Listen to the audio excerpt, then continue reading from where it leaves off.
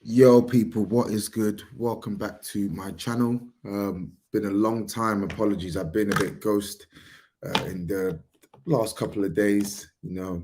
Bank holiday weekend, so it got busy, and I kept postponing and postponing and postponing and postponing. But I thought, you know what? Let me get back to normal programming and normal scheduling, and let's actually start talking about Spurs again because I know it's going to be an eventful summer for Tottenham, and not for the right reasons. We still don't have a manager. We still don't have a director of football. We don't know if our star striker is staying or going. Yeah, just bare stuff happening. Lots and lots of things happening. Lots of uncertainty as well. Obviously, no European football. Thanks to Aston Villa doing their job, and Spurs being so crap in their Premier League campaign. So yeah, there's lots and lots and lots of moving pieces now, that we're going to see over the next couple of weeks and months. I can't actually remember the time frame since Conte's been sacked to present day. If you lot know it, could you drop it in the comments as well? But bruh, it took us what 72 days to hire Nuno after Jose got sacked. And I'm fairly sure that we are approaching the 72-day mark now with Antonio Conte, and we still don't know who his successor is going to be. Yeah. Successor actually reminds me of Succession. I've not actually watched any of the episodes yet, so I'm going to tuck into that later today. But yeah, people, for those who are joining, make sure you smash the like button on your way in. Make sure you're still subscribed to the channel. Keep all your post notifications turned on. I think now that I've got my new laptop, I've had it for probably like a month now. I'm gonna start going back to a mix of streaming and uploads. So I'm gonna start dropping some of the uploads that I did last summer.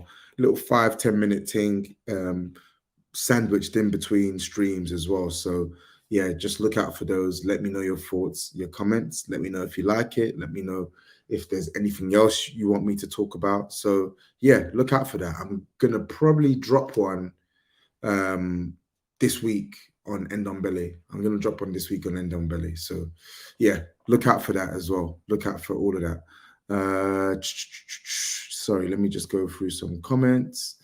MCE says Fabrizio Romano tweet Tobes about Danjuma.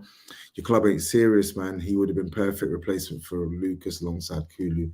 Listen, I wouldn't have minded keeping Danjuma, especially when you look at the figures involved, because he is ultimately a good player, right? But I'm also not opposed to losing Danjuma if the plan is to actually bring in a higher caliber attacker. But we don't know if that's the case for Spurs. I wouldn't have been mad at Danjuma being picked up. It's a cheap price for a good attacker with good attributes as well and quite versatile. So yeah, you can't really be too mad at having someone like that in the squad. But listen, this is Spurs for you.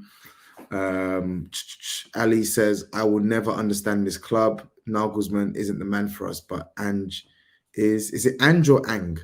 Concerning times. We'll talk on him. We'll talk on him. We'll talk on him. No worries, bro. Big up to the rest of you lot tuned in as well. Alex, big up. He says maybe it's on in a job currently. Harry Kane needs a new deal, 500k a week. Get him signed up. Puh. Spurs paying someone 500k a week. Can't see that happening. Jake says, Tobes, when does Mason getting the job permanently become reality? Mason wants it and no one else wants the job. Is he the only solution? Absolutely not. Absolutely not. Okay. A serious director of football in that Mason could work out. No, I don't want to hear Mason. Guys, I don't want to hear Ryan Mason. Please. Please, can we relax with the Ryan Mason talk? I don't want to hear it. I don't want to hear Ryan Mason. No, no. Don't care who we bring in director of football.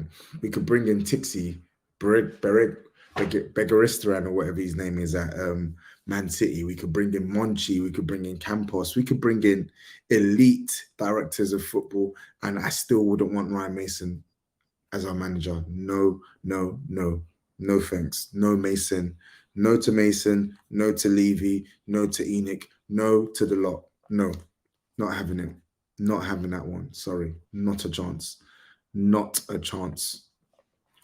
I just want to quickly talk on Spurs this season before I actually move on to the players that I earmarked in the title of this video. So I didn't actually do a post-match reaction.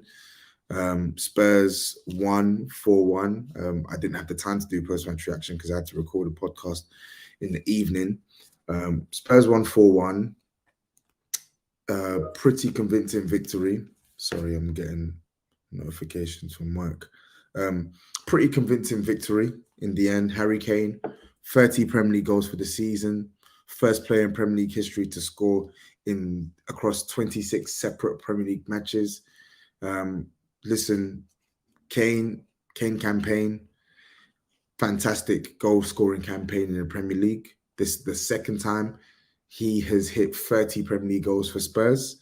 This is the second time any Premier League striker has hit 30 goals.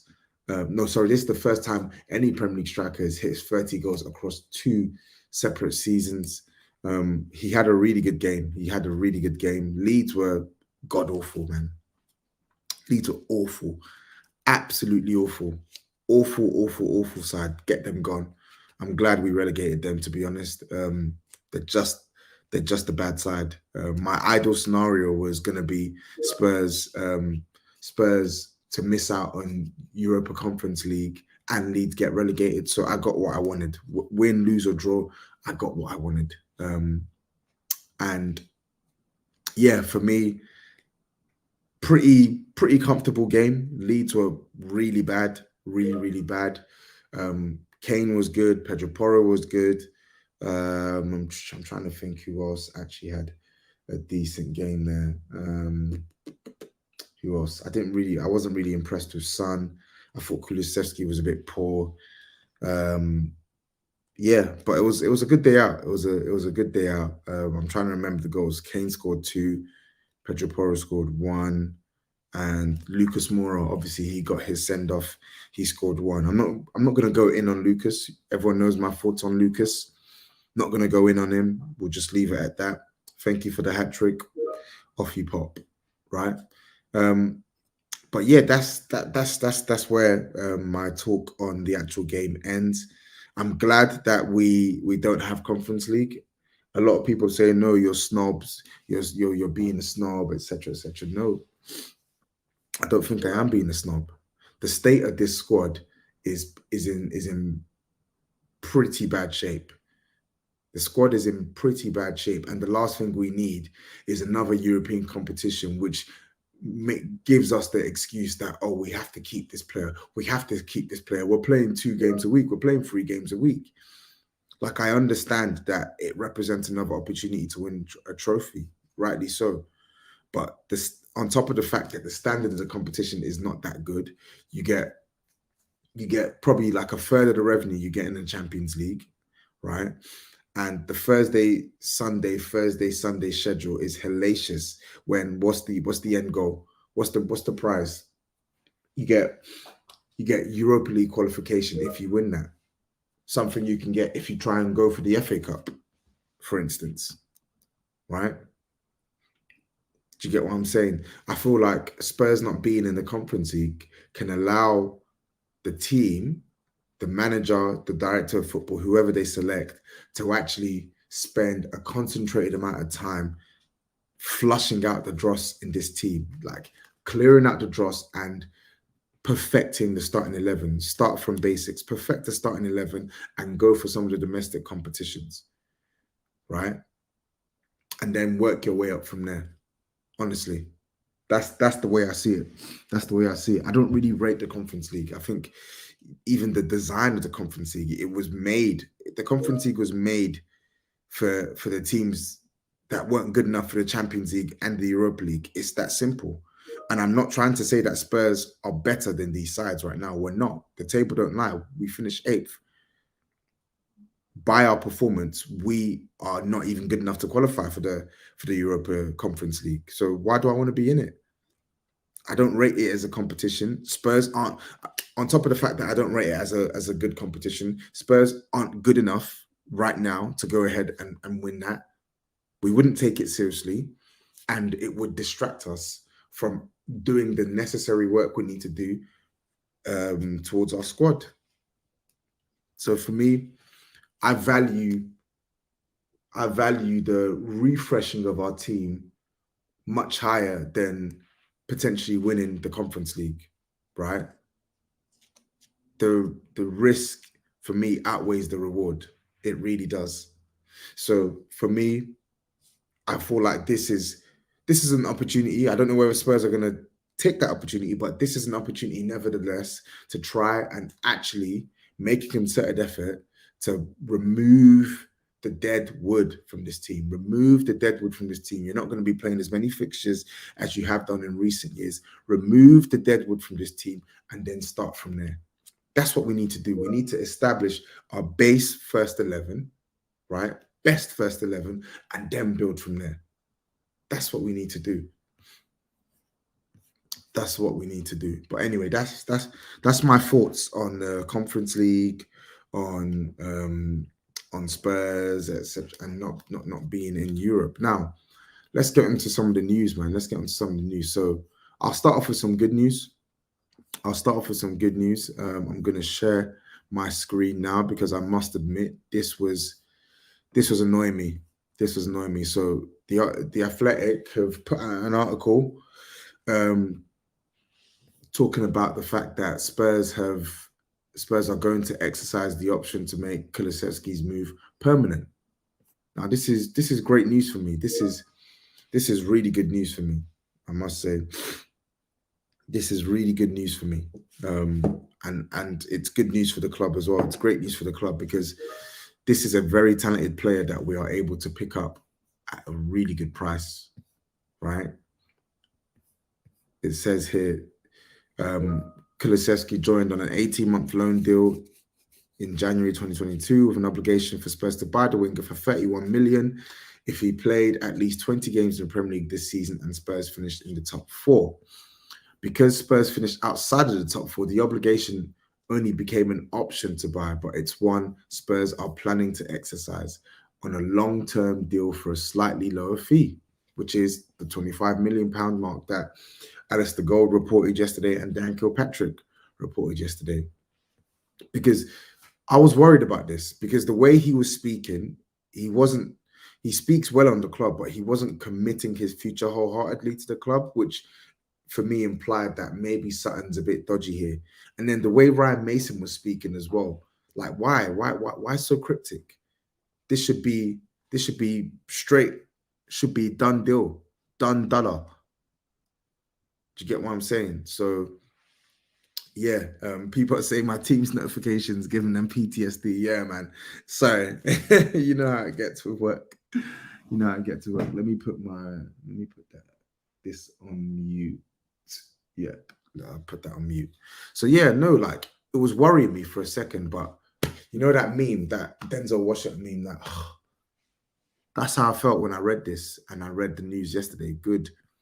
Listen, Kulusevski, we won't beat around the bush. Kulusevski's had a poor campaign, right?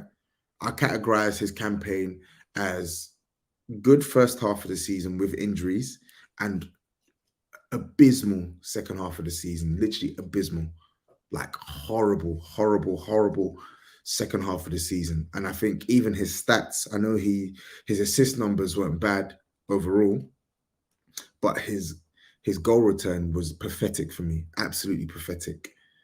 Like, he is a talented player, and to only score 2 goals in like probably like 30 to 40 odd appearances is embarrassing. It really is. It really is. Like, it's embarrassing. And my happiness for Kulusevski doesn't mean that I am ignoring the things that he needs to work on. Next season, he needs to be more ruthless. Next season, he needs to bring back that decision-making that we saw in the first half of the season and in his spell for the club last year. He needs to trust his left foot more. he needs to trust his right foot more. I feel like the second half of the year, we've seen some of the negative parts of Kulusevski's game just amplified. Like he has to be better. Last season, he was so confident. He was playing with an air of arrogance, and he knew that he could not only beat his fullback, but he could deliver the right pass for the likes of Son and Kane. And I do think to a certain extent he's somewhat suffered because I feel like he's shot shy as a result of him being made to be, for all intents and purposes, the secondary playmaker, right? In the attack, when him, Son, and Kane are playing, his primary focus isn't to score goals; it's to create. It's to create. But I'm not going to let that get in the way of the fact that you are too good to be scoring 2 goals a season. It's pathetic. It's absolutely pathetic. And next season, I'm glad that we signed him. I'm glad that we're going to get him in a long-term contract. And I believe, whilst I believe that a progressive, better, better man management type manager will get more out of Kulusevski, the onus ultimately is up to the player to make those strides. And I believe he will. He's 23 years old at Spurs, and we've already seen. It's not like it's hypothetical. I'm not talking about what Kulusevski could do. I can refer to what he's done for Spurs because we need to see more of that. We need to see more of that. And he now needs to take responsibility. When he's in dangerous zones, sometimes you don't need to look for Kane and Son. You go for goal yourself. I think Kulusevski's forgotten that he's actually got a good left peg. This guy's a good striker of the ball. He strikes the ball with culture. You see it with some of the finishes he's had for Spurs, and he even had for Juventus and for Parma when he was on loan there. Like you don't have a bad left foot at all. You're strong, you're dynamic, you work hard, he presses well. And his right foot isn't that bad when it comes to crossing.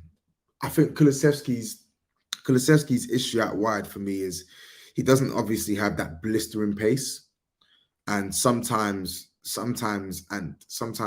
it's easier for quicker players to catch up to Kulusevski. And then when he's trying to create separation, more often than not,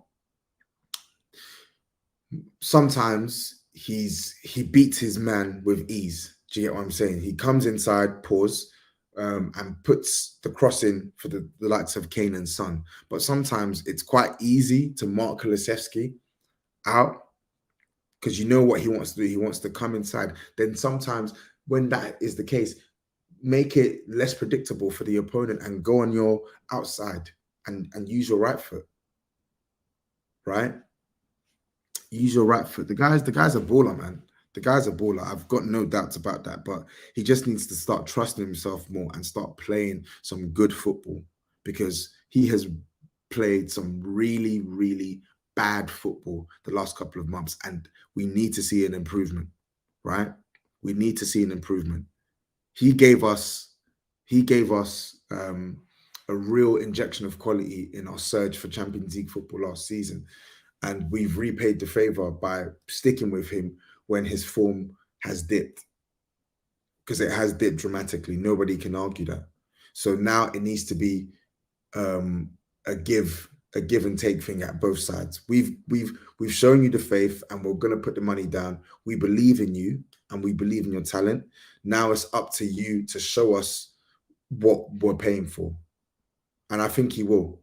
And I hope for the love of God that we actually can bring in someone sensible enough to actually get the best out of a player like Kulusevski because we've got a gem on our hands. And when you look at the price as well, 25 million, it's a snip. It's a snip for a player of his caliber. Bear in mind, we paid 60 for Richarlison. And we're paying 25 for Kulusevski.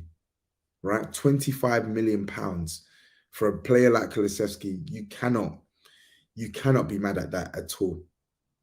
Yeah? You just can't. Do you get what I'm saying? Fantastic price. right? In my opinion, he's worth more than double that. He's worth more than double that. If you were looking to buy a player of Kulu's talent right now, you're paying like probably like around the 55 to 60 million mark, in my opinion, right? Look at Pedro Neto for Wolves. How much is it going to cost to get him out of Wolves, even with his poor season? You can't go to Wolves with less than probably like 40, 45 million to get Pedro Neto out of there. So yeah, I got big hopes in Kulu. I got big belief in Kulu. That guy's a baller, but I'm also a realist and I'm fair. He has to improve. He has to improve. But anyway, great news on that deal. On that deal, I don't know why it's doing this. I'm actually signed up for Athletic, but you know what? I ain't gonna let you lot see my login details. Yeah, so that's on Kulusevski. So that's good news there. We'll see how that plays out. Hopefully they announce this deal soon. But speaking of deals that need to be announced, we have to talk about Tottenham and the manager, right? We have to talk about Tottenham and the manager. Now, obviously, we know what happened with Onslaught last week. We know what happened with Onslaught last week. To be honest, the club's a bit of a joke. This club is a joke, and we're heading into the abyss as far as the managerial search is concerned. We had the opportunity to get someone like Nagelsmann. We didn't provide what Nagelsmann needed. Nagelsmann pulled away. Nagelsmann is still available. We're not doing anything about it. We had the opportunity to even bring in Pochettino, who wanted to come to the club, didn't even approach him properly. Didn't even approach him, right? You tried to go for Onslaught. You didn't do your due diligence. You didn't do your due diligence. I mean, surely you would have known that you would have to pay a considerable compensation fee to get him out of a final. Who's responsible for doing this sort of background check at the club? Like, did Spurs just think they were just going to rock up and take the guy who's just won final their second league title in like 20 odd years, right? Do you get what I'm saying? Do you get what do you get what I'm coming from? The other names we've heard, De Zerbi, he's not going to come now. Now that Brighton have got Europa League, why would he take a step down in terms of achievement? Even though we're a bigger club than Brighton, Brighton have got Europe, and De Zerbi sees himself building something special there, so he's not going to come now. We haven't even approached Amarin. Luis Enrique, I did a whole video on Luis Enrique. Really good manager. I just felt that he wasn't the right fit because I feel like bringing in a name as big as his brings the worst sort of connotations in terms of what type of project we're trying to build. And that's no diss on Enrique. I think he's really good at his job. Really good at his job. I just feel like the club would do the same, would try and fall into the same pattern they had with Jose and Conte, where they think, oh, because he's a big name, his name alone will elevate this project and sort of help us hit our goals. Do you get what I'm saying? As opposed to someone who can be in the detail. And to be fair, maybe I'm doing Enrique a disservice because I feel like he is very much in the detail. But I just want someone who avoids. I want someone who is appointed that avoids this being turned into another vanity project, and that was my thing with Enrique. But even Enrique, at this point where De Zerbi's not in the picture, Amarin's not been approached, Nagelsmann has knocked Spurs back. Even Onslaught, who I was willing to take a risk on, has signed a new deal. Why aren't we going back for Enrique? Yeah, because I would rather Enrique than the next pool of managers that were were being linked with. I genuinely would, because I think he's better than all of them and would do a better job than all of them. I really would. Like, it just doesn't make sense to me. And now we're now linked with Ange Postecoglou, obviously Celtics head coach. I think he's been Celtics head coach for the last 2 years. Is it 2 years? 2 years, right? So let's read on Postecoglou, right? So it says Postecoglou is a contender to permanently succeed Antonio Conte and is said to have impressed Spurs chairman Daniel Levy, who is leading. That's the biggest problem right there. Daniel Levy leading the club search for a new head coach and director of football. It wouldn't happen to do with. It wouldn't have anything to do with Scott Munn, who is basically our impending sort of chief CFO, chief football officer, who I think he's even worked with Postecoglou, right? It says any serious discussions with Postecoglou, who is on a 12-month rolling contract at Parkhead, will have to wait until after Celtic face Inverness in this week's showpiece at Hampden Park. At 57 years old, the former Australian and Yokohama Marinos boss does not fit the profile of an up-and-coming coach in the mold of Pochettino in 2014 that Spurs had initially hoped to hire. However, he has restored Celtic's domestic dominance since succeeding Neil Lennon in 2021 and earned plaudits for his high-octane style of play, canny recruitment, and charisma. Right? It says Levy has held talks with Enrique, but Napoli are eyeing him up because I think Spalletti's leaving, another one who's going to be available. Yeah. So Postecoglou, right? I don't think he's a bad manager. I'm not even going to disrespect him. I don't. From what I've read, from what people are telling me, Hugh from Big Six was big advocate for Postecoglou. Big advocate, said that he's had a transformative effect on Celtic. Fair enough. I've heard that his football, exciting, ultra exciting. Fair enough. Fair enough. From what I've read, it seems as if, and I've read little, and I'm caveating this because I need to do more research, right? But from what I've seen, read, and observed, right, it seems that he has good footballing principles, right? He plays football the way we want to see our team play. He plays with a 4-3-3. His fullbacks invert. His tactic gets his wide men constantly isolated 1v1 with their marker, right? His teams press high from the front, got a really good counter press structure, right? I was reading that what's that guy's name on Twitter? EBL 2017. He did a big long thread. Someone put it in my mentions, and I was reading it. And you know what? I liked what I read in terms of his footballing principles, because it's very reminiscent to how the best managers in world football play. That's how you want your team to set up, right? So props to him. Props to him for that, right? Clearly, he's done a fantastic job at Celtic with the way he's rated. Do you get what I'm saying? So, not even going to try and disrespect the thing. I respect what he's done at Celtic. I respect it. But I need to be real. And we have to be real.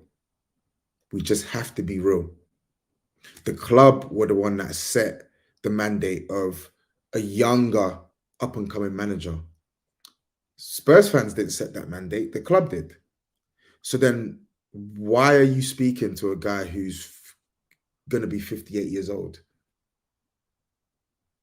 Surely that goes against the set parameter that you've put in place. Really?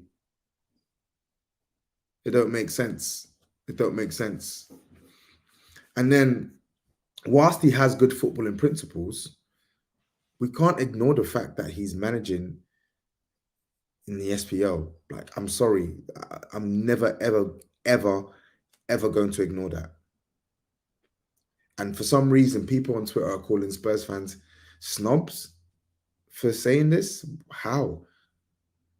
How is it snobbish to highlight the fact that Postecoglou's only European footballing experience is managing Celtic? This isn't Celtic of 20 years ago, right? This is Celtic in a league that is severely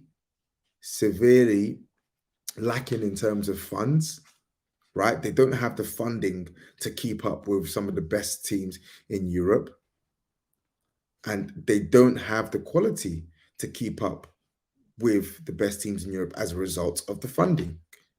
So the disparity in quality levels in the Scottish League versus even a third or fourth tier European league is big.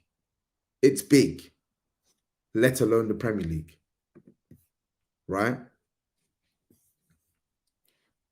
Postecoglou, as well as he's done, is managing in that league. So already it's a monumental jump. It's a huge jump. A huge jump. And we have evidence. Like I don't have to sit here and lie. There is literally evidence to illustrate that the jump is big. The jump is severe, right? Steven Gerrard was killing it in that league, killing it, crushing it in that league. Yeah, did well in the European comps as well, in the Europa League, etc., etc.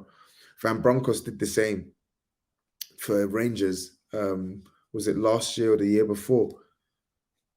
And didn't he get sacked? Steven Gerrard, flying in that league, came to Aston Villa and drowned. Neil Lennon flew in that league, came to Bolton, drowned. Right?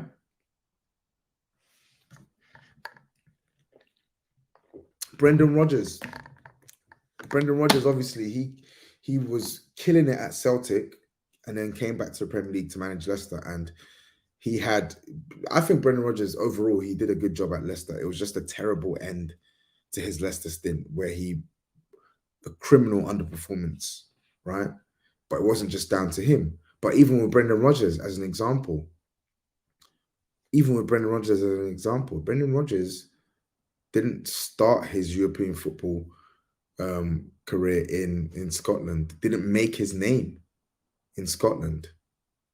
He didn't make his name in Scotland. He made his name in England with the work he did at Swansea, with the work he did initially at Liverpool before, again, he crashed and burned, because that's just a trait of Brendan Rodgers when he makes the step up. And it's a reason why I don't even want Brendan Rodgers at the club. I don't think he's a bad manager. I think Rodgers is a good Premier League manager for your mid-level Premier League teams. And that could well be Spurs at the rate we're heading. But for the point in time, we can do better than Brendan Rodgers. And I believe we can do better than Postecoglou on the basis that it is much more of a risk for me for him to come from the Scottish League to the Premier League simply because of that jump, right?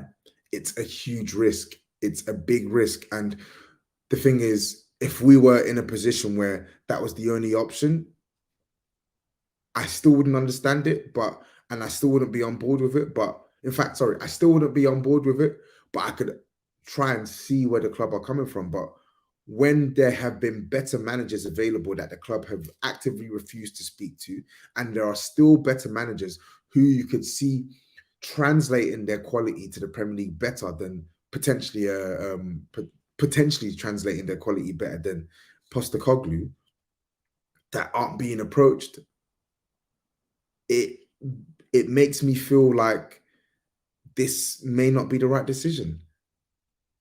And a lot of fans are saying this stinks of Nuno, this stinks of Nuno. Whilst I think they're completely different managers, they are completely different managers, yeah, because he actually plays football the right way. the way that a lot of Spurs fans want to see. He plays football the best way. Nuno, for me, was a pragmatist. Didn't play good football at all. I didn't see his teams at Wolves playing good football. He was good at playing counter-attacking football at Wolves, which isn't bad. But Nuno does not play a modern progressive style. Postecoglou does. So I don't think the comparisons to Nuno are fair from a stylistic point of view. But in terms of the potential impact that Postecoglou's appointment could have on the club, I think those comparisons aren't invalid.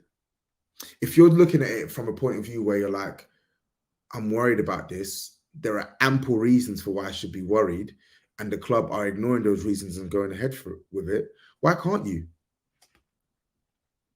Why can't you? Why can't you voice your concerns? So many people are talking about, oh no, who do you think you are? You're this, you're that. No, you can definitely voice concerns. What? Anyway, I just think it's a huge risk. I'm not even ruling out Postecoglou translating his work to the Premier League well. I'm not. I've not once slammed him as a manager. I've not said he's crap. I've not said he's this. As I said, he has good footballing principles that that he could probably translate to the Premier League. I just don't know how well he could do it, right? Because as well as he's done at Celtic, that's a two-team league. That's a two-team league. If you manage Celtic or Rangers, you already have a bigger budget than every single team in that league. You already have better squads than every single team in that league. You already have better infrastructure than every single team in that league. Right? So then now compare that to the Premier League, where you're coming to manage Spurs, who have finished 8th in the league on merit because they were not good enough to finish higher. We have probably the 8th biggest budget in the Premier League. Yet we have expectations to try and finish higher, try and push for top 4, compete for top 4. Yeah, there's potential upside in Postecoglou, but there is a lot of downside. There is a lot of potential downside. There is a lot of potential downside. For me, I'm against it. I can't lie to you. I'm against it. Simply because of that league. Nothing to do with Postecoglou as a person, as a coach, simply because of that league. I don't trust it. I don't trust the disparity in quality. I never have. I don't trust it. So for that reason, as good as his footballing ideology is, I don't trust it. I do not trust it. I do not trust it. And I saw some comments around Onslaught. Oh no, but Onslaught. Yeah, it's the same thing as I said for Onslaught. I don't trust the Eredivisie. I think it's a poor league. I think it's a poor league, but I feel like what Onslaught has done at Feyenoord, for me, is a better indicator of the work he could do for Spurs, right? Because the Dutch league has been dominated by Ajax and PSV, yet Onslaught wins Feyenoord their second league title in 20 odd years, right? Highest points per game average for RZ when he was the RZ manager, right? It's a huge risk with Onslaught. It's a huge risk. But I was willing to take that risk because of how he set himself out as already an outlier in only, 2-3 years of management?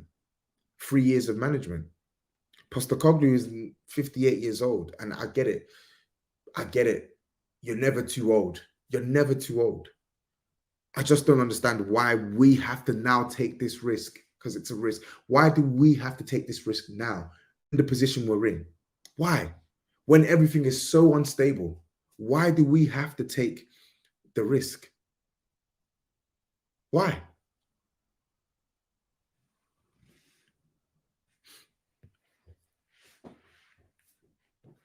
Why do we have to take the risk? That's the only thing that I keep asking myself.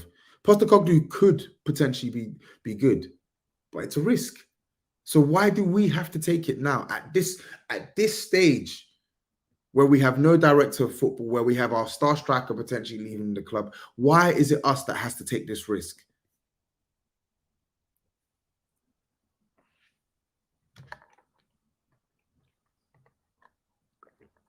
People are saying in the comments saying we don't have a choice. Clearly, we do have a choice. We did have a choice. We had the opportunity to get Chelsea's manager now. We have other managers out there.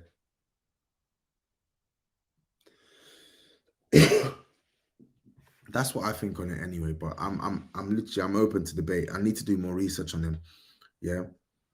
I don't even want to be so dismissive of Postecoglou, but I just can't ignore SPL. I really can't. I just can't ignore SPL. Sorry. Sue me. I can't ignore it. I cannot ignore it. And nobody's going to make me ignore it. Impossible. Impossible. No chance. Not a chance. There's no way on earth I'm ignoring it. He could be good for Spurs. Yeah, he could be. But he could also be like 90% of the managers to come out of the SPL over the last 10 to 15 years in the Premier League. But yeah, I'm the bad guy for pointing that out. Okay. Anyway, thank you those who have sent the super chats as well. Game King says, after pipping Arsenal to the top for last season, what do you think led Arsenal to kick on Spurs to regress after both finished 2 points clear of each other? I think Arsenal signings were all successful, while Spurs signings, although some were good, they just haven't performed to the level that they're capable of, whereas Arsenal's have. And I feel like Mikel Arteta, I think he's done a fantastic job with them this season, I must say. Meanwhile, Antonio Conte, who's meant to be a better manager, has done a horrible job with Spurs this year. So, yeah, those are the two key factors for me: the managerial performance and the performance of the signings, right? The style of play is another one as well, because I feel like obviously Arsenal's style of play has kicked on whilst ours completely regressed. Big up JJ Ash as well. He says, big up Tobe. Spurs don't look like they have any progressive future based on the major rehaul needed. No top manager and no director in place. Kane probably leaving, etc., etc. No top four hope on the horizon. See, this is a thing that I wanna scrub out, right? No top manager. I don't care. I don't actually give two shits if they're a top manager or not. I just want them to actually be good. Like, I just want to actually have confidence that they can do a good job at Tottenham. Doesn't have to be a big name. We've spoken about the managers already. Like, the names I've mentioned, only one or two of them are big names. The rest they're not big names. De Zerbi's not a big name. Amarin is not a big name. Arne Slot is not a big name. Do you get what I'm saying? It's not big names, man. They're just good managers that you feel have enough experience and quality to actually come in and make something out of the mess that is Spurs.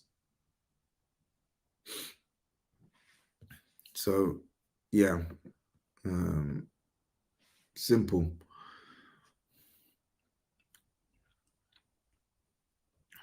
Anyway, John 10, thank you for the super chat. He says, a risk not refreshing in any way at this point? Yeah. I didn't say Spurs should not take any risk. I said, why do we have to take that big a risk? That's what I asked.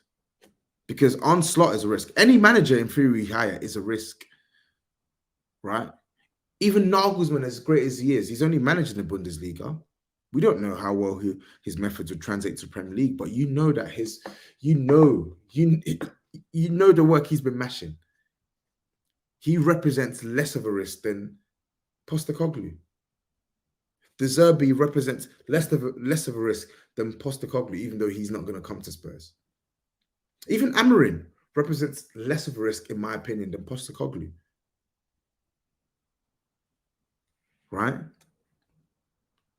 We want to feel confident in our manager's ability to do the job required. F all this big name rubbish. And JJ, I know that's probably what you didn't mean as in big name, as in like Carlo Ancelotti and stuff. I get your point, right? It's just we need a manager that can inspire us, inspire confidence. And as the weeks are progressing, the confidence level and inspirational level is dipping lower and lower and lower and lower and lower. And I understand that, unfortunately for us, the board play a big part in this, because some of these managers just don't want to work with Daniel Levy. They don't want to work under Enix's structure. They don't want to work with such uncertainty on the director of football. It's a very, very vicious cycle. Anyway, let's talk quickly on Harry Kane. Let's talk quickly on Harry Kane. Let's talk quickly on Hazard. Yeah. So I'm going to share my screen again. So this news broke yesterday. Was it yesterday?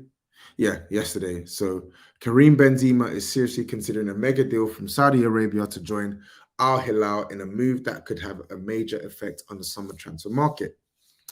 While Real Madrid are hopeful that the 35-year-old accepts their offer to stay another season before they go big on a striker in 2024, Benzema could earn 100 million euros a year if he goes now. Al Hilal are currently hopeful of planning for Benzema and Messi for next season, although those close to both players insist nothing is yet signed. Mate, these Saudi teams, they have dough. They're trying to pay Messi 400 million a year. Now they're trying to pay Benzema 100 million a year. You can tell that the Saudi football ecosystem are really looking to make a push for some of these stars in Europe to try and drive up promotion. But anyway, let me not digress. The fact of the matter is, Saudi Arabian football team Al Hilal are interested in Benzema. And if Benzema does take up that offer, then Real Madrid are in the market for a striker. And lo and behold, Harry Kane is the one that has been linked to join. Odds have been slashed on Harry Kane going to Real Madrid, right? Harry Kane is 29 years old. I think he's turning 30 years old in a month and a bit. He's got a year left on his deal. And yeah, odds have been slashed. I think he was 16-1 to go Real Madrid. It's now 4-1. I don't really read into odds, but I'm just talking rumors. I feel like now that opens up potentially another option for Harry Kane. We know that he doesn't really want to leave the Premier League. 48 goals away from breaking Shearer's record, 48, 49 goals. Doesn't really want to leave the Premier League, so most likely he's looking for an opportunity that allows him to stay in England. But if Real Madrid come knocking, how many players really turn them down? And I guess that's my worry. And yeah, if Real Madrid come in for Harry Kane in the summer and put down the money that Spurs are looking for, do I see Harry Kane turning down Real Madrid? I don't know. I don't think so, I know he wants that record, but this is Real Madrid. This is Real Madrid. This is the Bernabeu. This is literally the pinnacle of football. How many players say no to Real Madrid? If they come in for him, I think he's gone, personally. But I think they're also looking in the market for Firmino on a free transfer. So we'd have to wait and see what happens with the Benzema deal and whether that has a ripple effect on Harry Kane. But all these rumours, all the uncertainty with Harry Kane, we don't know what's happening. We don't know what's happening. He could stay at the club. Genuinely, he could stay at the club. I'm not even going to rule that out. He could stay at the club. The club may decide to resist any offers this summer, which is what we're hearing. Keep him for one more year in the hope that he can re-sign or get Spurs back to a good place and then leave on a free transfer and rare tear, blah, blah, blah. But I just don't want to lose Harry Kane for nothing. Genuinely, that's my only thing here. My preference is to not lose Harry Kane for £0. So I don't know, man. I don't know what's going to happen with this Real Madrid stuff. I don't know. It's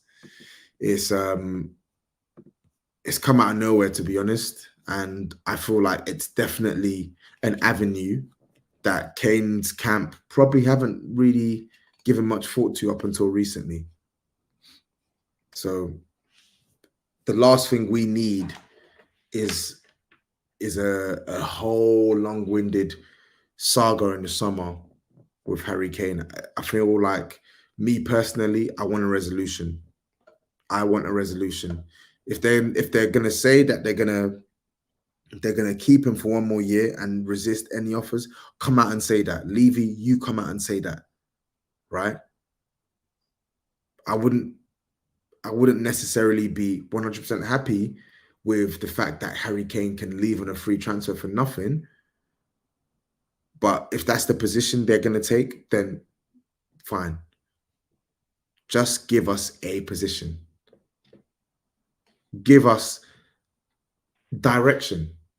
We don't know what's happening with Kane. We don't know what's happening with the DOF. We don't know what's happening with the manager. We don't know how much money is going to be available to spend. We don't know which players are coming in. Just give us some direction of what's happening across these mega important areas of our football club. Because I'm sick to death of the is he staying, is he going? Are we doing this? Who's coming in? Who's going? Tired of it. Tired of it, man. Honestly, I'm tired. Tired of it. Tired of this club. It pisses me off, man.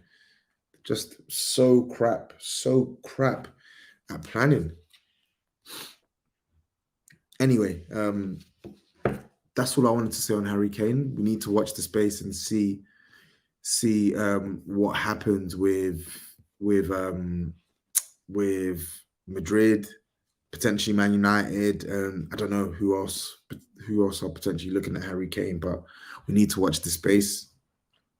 I'm gonna put out a video towards the back end of this week on the players that well, one player in particular who's going to be coming back to the club, and where people stand on him and his future. But for me, I'm done now. Let me just quickly go through some comments and then I'll end the stream. But people, 350 of you lot in here, please make sure you smash the like button. Please make sure you hit the subscribe button as well, and always turn your post notifications on, right? Always turn your post notifications on, because I'm going to try and ramp up the activity on my channel this summer to match the transfer news as well. So Terry Wright, this comment is bang on. The lack of communication and transparency to the fans is criminal. This club needs a whole new PR team. Absolutely. Whenever we have these important, whenever it's something important, the lack of visibility from the club is damning. Like, it's absolutely damning. It's damning. And it's always the case. It's always the case. All they care about is covering their own backs more than actually giving the fans genuine updates. Like that nonsense with Nagelsmann. Feeding us bullshit about how feeding us bullshit through club mouthpieces about how they were never interested in Nagelsmann. Rubbish. Total rubbish. Total rubbish. Total rubbish. Right? Stuart Austin says Levy would drain the H. Kane situation this summer like he does with everything. Facts. Facts. Big facts. There's always a domino effect in the summer transfer window. The Kane sagas are some of the most boring in recent years. I don't really care if it's boring to you, bro. But I understand your point. I just want a resolution.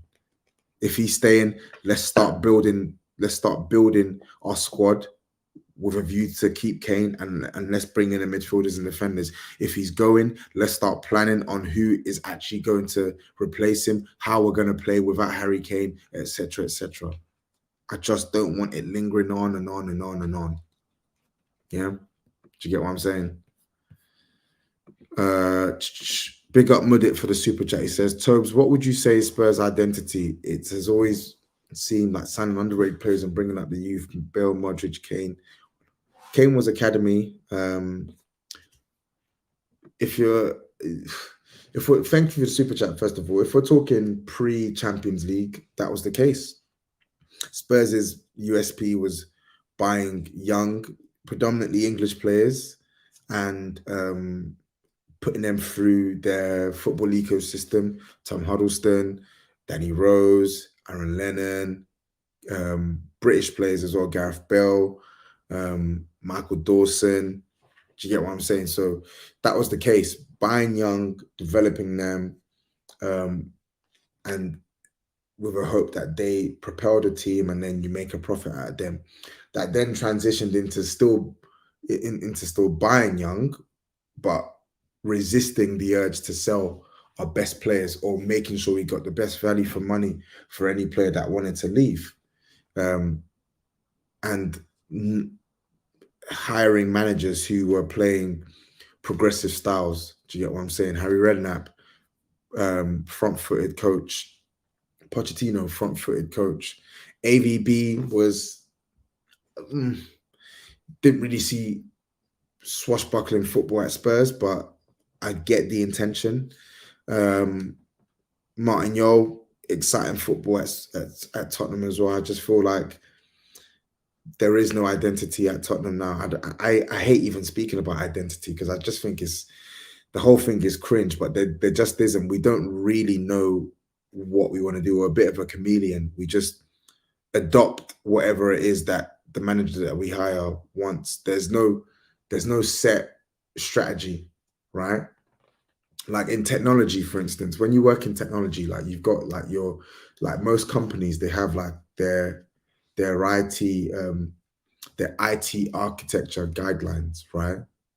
So a company sets a vision of what they want their technology to be like, and anything that's introduced into their environment has to have the same principles. If you want to be a cloud-driven business, then you bring in applications and platforms, etc., that are SaaS-based, that are cloud-based. Spurs don't have that. We don't have someone at the top who's saying, yo, I want us to be a really good front-footed, aggressive team. So that means I'm going to get a manager that can play this style. I'm going to bring in players that can play this style. I'm not going to buy players who can't play this style. I'm going to set up the youth infrastructure in such a way that they're playing this style so that the players that they're developing can have a pathway into the first team. Do you get what I'm saying? People put in Kyle Walker as well. Another one. Dele Alli, another one. Carl Norton, even though he didn't bang, the intention was there. We just don't really have any sort of underlying principles. I hate the word identity because it's cringe. Spurs don't have any guiding principles. There's no architecture. There's not a definitive what's the word I'm looking for? There is not a definitive guideline as to what it is we're looking for. And you can see that in our squad. Our squad is a reflection of our ownership, the management. It's just, you just got a mismatch of players. You got wing backs, who can't really play fullback. You've got CMs who can't really play in a two, or even though we play a two-man midfield. You've got wide forwards who are being asked to play like wingers. You've got centre backs who can only play in a free. Like, it's just very messy, just very messy. Big up Mudit as well for the super chat. He says, as a Chelsea fan, identity is everything. It defines signings, tactics, etc. Are you happy if Spurs continue down the principles of 28 to 2017? No, not really, because we didn't spend money. We didn't spend money. Whilst we played better football and we signed some really young, exciting players, we didn't spend a lot of money. I want Spurs to have the on the pitch footballing principles that we had for the majority of that time, but spend more money. Spend more money on the right players. That's what I want. That's what I want. Like you said, it's from the top down. It literally sets out how you play, who you sign, and how you coach your young G's. So until Spurs actually have people who know the ins and outs of this, it's not going to happen. It's not going to happen. We need so much. We need so much. I'll talk about signings when I bring back, or when me and Fuad bring back the THFC show. But people, listen, I got to get back to work. Thanks for tuning into the stream. As I said, make sure you smash the like button. Make sure you hit the subscribe button. Keep your post notifications turned on. Yeah, I'll be back later on this week to talk about that specific player I had in mind, and then I'll probably do a stream on the weekend. What you need to bear in mind is the only sort of identity Tottenham have is off the pitch. A commercial beast. That's the identity now. On the pitch, there is no identity. But thanks for tuning in, people. Take care. Bless up. Enoch out. And yeah, we'll speak soon. Peace.